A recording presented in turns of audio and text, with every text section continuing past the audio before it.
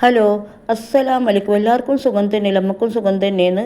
ഇന്നലെ മഴയായിട്ട് മുറ്റൊന്നും അടിക്കാനൊന്നും നമുക്ക് പറ്റിയിട്ടില്ല. ഇന്ന് രാവിലെ തന്നെ മുറ്റയിലൊന്നും അടിക്കുന്നു. അങ്ങനെ മുറ്റടിക്കലും കഴിഞ്ഞാൽ നമ്മൾ ഇതാ ചായ ഉണ്ടാക്കാൻ പോകുന്നു കേട്ടോ. അങ്ങനെ ചായയിലുണ്ടാക്കി ചായൻ്റെ ഒപ്പം ഇതാ അണ്ടിപ്പരിപ്പാണ് കഴിച്ചത്. ഇനി ബ്രേക്ക്ഫാസ്റ്റിനുള്ള ചട്ടണിയാണ് നമ്മൾ തയ്യാറാക്കുന്നത്. ചട്ടണിക്ക് വേണ്ടി ചെറിയ ഉള്ളി, ഇഞ്ചി, പച്ചമുളക്, ഉപ്പും വെള്ളം ഒഴിച്ച് നമുക്കിതൊന്ന് അരച്ചെടുക്കണം.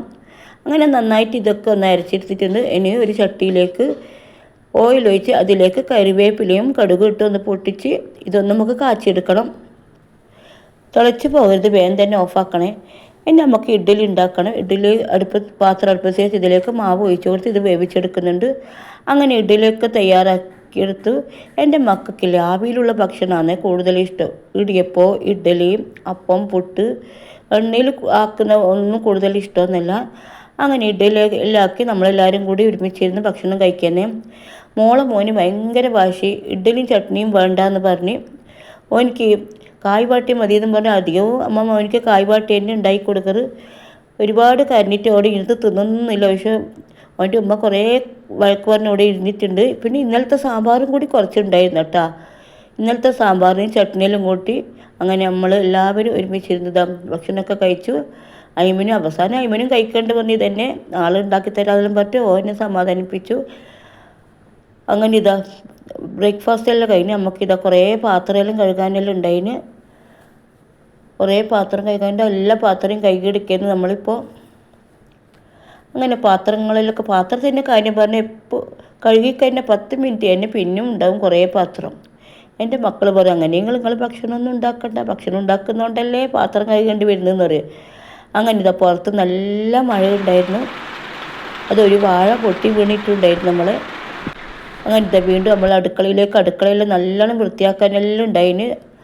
അടുക്കളയും ടൈൽസും പിന്നെ ബേസിനെല്ലാം നന്നായി തുടച്ച് വൃത്തിയാക്കാണ്ട് നമ്മളതൊക്കെ കഴിഞ്ഞ് എൻ്റെ മോന് വന്ന് ഉമ്മാമ പായസം വേണമെന്ന് പറഞ്ഞിട്ട് ബഹളം ഉണ്ടാക്കുന്നുണ്ട്.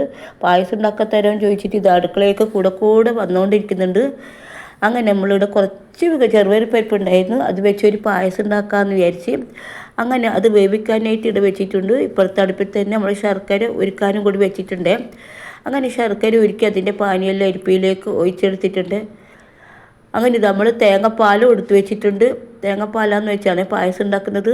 തേങ്ങാപ്പാലെല്ലാം എടുത്ത് വെച്ചിട്ടുണ്ട്. അങ്ങനെ പരിപ്പ് അത്യാവശ്യം പരിപ്പ് വന്നതിന് ശേഷം നമ്മളിതാ ശർക്കര ഇതിലേക്ക് ഒഴിച്ച് കൊടുക്കുന്നുണ്ട്.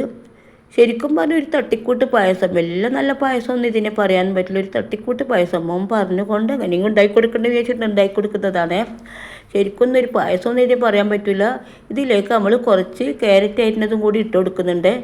അങ്ങനെ ഒന്നുകൂടി തിളച്ച് വരുമ്പോൾ ഇതിലേക്ക് കുറച്ച് ഏലക്കപ്പൊടി ചേർത്ത് കൊടുക്കണം. എന്നിട്ട് ഒന്നുകൂടി ഇളക്കി കൊടുക്കുന്നുണ്ട്.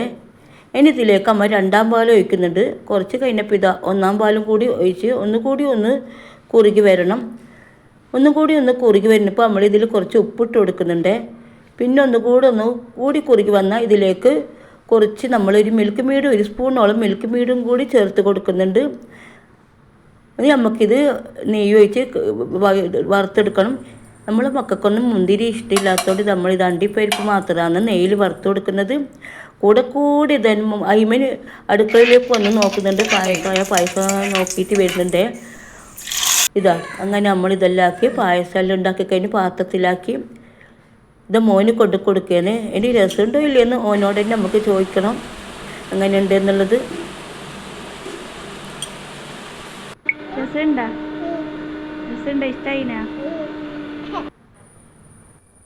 നമ്മളിത് ചോറിൻ്റെ കൂടെ ഉണക്കച്ചെമ്മീൻ പൊടിച്ചതാണ് ഉണ്ടാക്കിയത്.